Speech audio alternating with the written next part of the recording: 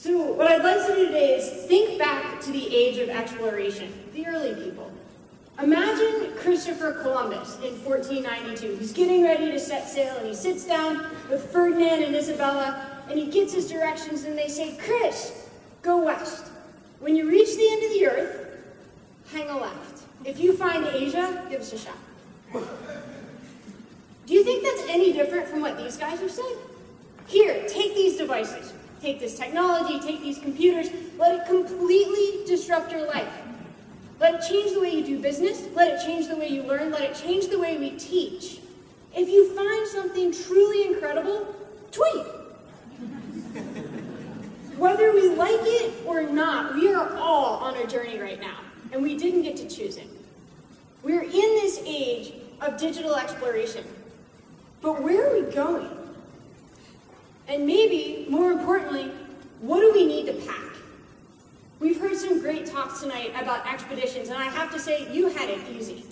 You want to climb up Everest, I'll tell you what you need to pack. There's a group in the 1930s called the Mountaineers who said, you need 10 essentials. Food, well, more than a Snickers bar. Food, water, fire, shelter, navigation, I ran out of hands, insulation, illumination, sun protection, first aid, and repairs.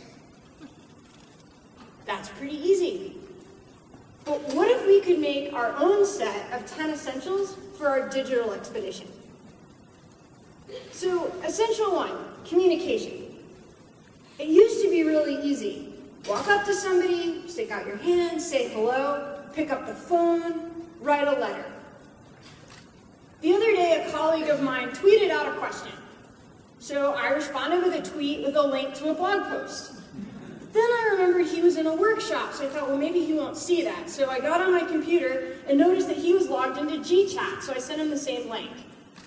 But maybe it should have been an email or a text message. And I didn't want to pick up the phone and call him because I would have been interrupting, and snail mail, but the government shutdown might not have gotten there for a few weeks. Moving forward, how we communicate may be just as important as what we communicate.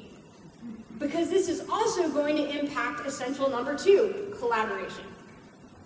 So a few years ago, I volunteered my 7th grade students to take part in a research project out of Harvard University. It's called the Handheld Augmented Reality Project. It was really cool. They had Palm Pilots, they had to collaborate, they had to run around the school and solve an alien invasion.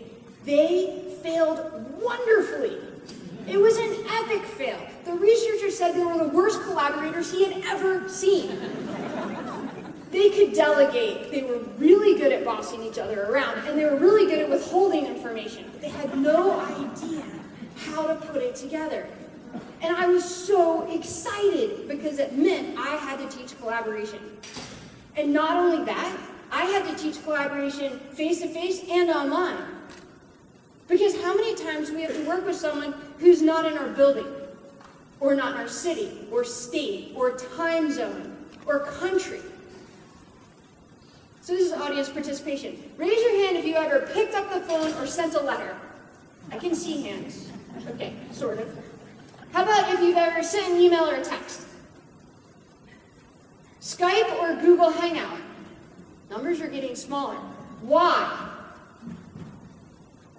See, not only do we need to communicate and collaborate, but we have an innate desire to make connections. Why do you think teachers are starting to have class Twitter accounts and schools are using hashtags? Because we have to be able to model for our students how to start making connections, not just face-to-face, but online. Have a question? Tweet it out. Looking to solve a problem? Get on a group discussion forum. By making connections, by building our personal learning networks, we're gaining access to experts across the world. I have some colleagues who like to say, when you're looking for an answer, don't search the internet, search people. But this implies, that we want to be found. We need to think about citizenship. It's been on the news lately. The woman whose I quit video went viral. We've seen the people who've been fired because they called in sick and got busted for pictures of the beach on Facebook.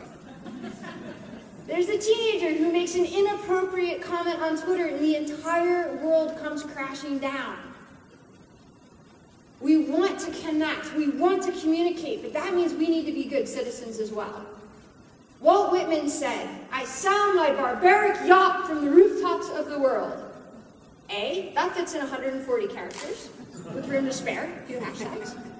And B, that is now possible. So what are we yapping about? We could yap about nothing, what I had for dinner tonight, cup of coffee.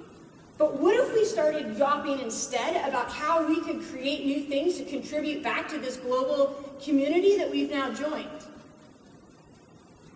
Instead of talking about nothing, what if we talked about what we could create and give back? Santiago Gonzalez is a 14-year-old computer programming prodigy. He's working on his master's degree at the Colorado School of Mines. And for his project, he's creating apps to help other students learn. Fitz Cahall is a storyteller of no end. He started out with traditional print media, and he realized that the world is full of stories. So he started a podcast, very small, a little over 5 years ago, called the Dirtbag Diaries. It's now sponsored by Patagonia. Thousands of adventurers have now been able to tell their tales to a global audience, and an entire community has rallied around this one podcast. The people who put us on this journey in the first place were all creators. They created the software, they created the computers, they created the devices and the networks. But maybe more importantly, they created all of the tools that has now turned every single one of us into a creator as well. But we need another skill. What are we going to do with all of this stuff that we've now created? If we think back, all great expeditions have had a curator on board. Sir Joseph Banks went with Captain Cook as a naturalist to make sense of the journey. Charles Darwin traveled on the Beagle with Robert Fitzroy to make sense of the journey. And think about what Darwin did as a curator. He collected specimens, and he collected observations, and he collected notes, and he collected and curated enough content that eventually he came up with the origin of species.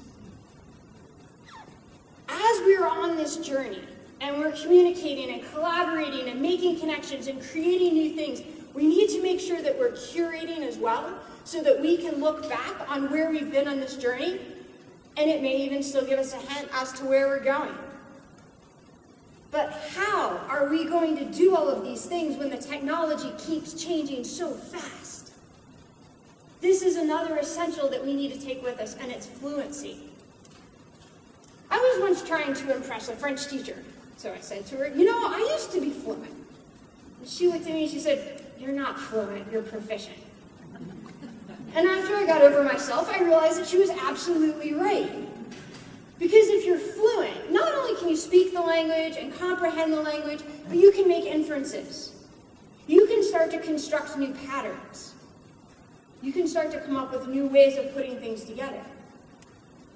When we think about fluency in the digital era, we need to think about what is it that's going to allow us to not freak out every time there's a new operating system.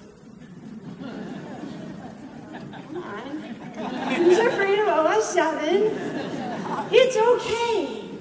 The technology is going to change. If we have the fluency, we'll be able to recognize those patterns and roll with it. I once had the father of a first grader stop me in the hallway when I was walking to class, and he said, "I want to know, how come you're not teaching my daughter Microsoft Word? Microsoft Word is the industry standard. Why isn't my first grade daughter learning Microsoft Word?" So I have more fingers. I think my hands were free. I did some math and realized, okay, his daughter's going to enter the workforce in the year 2023. Does anybody know what Word's going to look like in 2023? So what I had been trying to teach, and my goal for teaching, had been to learn the language of technology. I wanted my students to start reading the icons that might pop up, to start navigating menu items, to start to learn to problem solve, to start to develop that fluency. But in that father's defense, I love technology. There we go. He asked me that question in the pre-iPhone era. When we look back and we start to imagine the timeline of our expedition, there's going to be a marker in the middle. We're going to have the BSJ before Steve Jobs and the ASJ after Steve Jobs in our era. Because mobility changed everything. It blurred the lines. Remember the old computers that were confined in a great big room? You used to go to my grandfather's store and there was a big window. You could see the computer. Technology used to be contained. Now it's everywhere. The lines between home and school and work and play, they're completely blurred. But on the positive, we now have the potential, every single one of us, to carry a library in our pockets and a group of experts in our bags. By having this mobile technology, it's now given us a license to learn at any point in time as we move forward. This brings me to my last two essentials, and a question. How do you know what you don't yet know? I ask this a lot, and I'm not really sure what I don't really know yet. So what do I need to ask if I don't know what it is that I don't yet know? Well, there was a group of researchers out of Northwestern University in the late 90s, and they had this same dilemma, and they created a project called BEGUILE, the Biology Guided Inquiry Learning Environment. And with BEGUILE, what they said is if we take our students and we immerse them in the environment of scientists, and we give them all the tools of scientists, then they will start to act like scientists, which means they're going to ask questions. They're going to make inquiries. They're going to start to make hypotheses. Well, as I said to you, we are all on this journey right now, and we did not get to choose it. And the other thing we didn't get to choose is we are all stuck in this inquiry environment right now. And the big question that we have to come up with is, where are we going? But at least we know what to pack. Communication, collaboration, connection, creation, curation, fluency, mobility, inquiry, questioning, and I ran out of fingers, but there was 10 somewhere. Citizenship, thank you very much. That's very important, and thank you for having me. Thanks.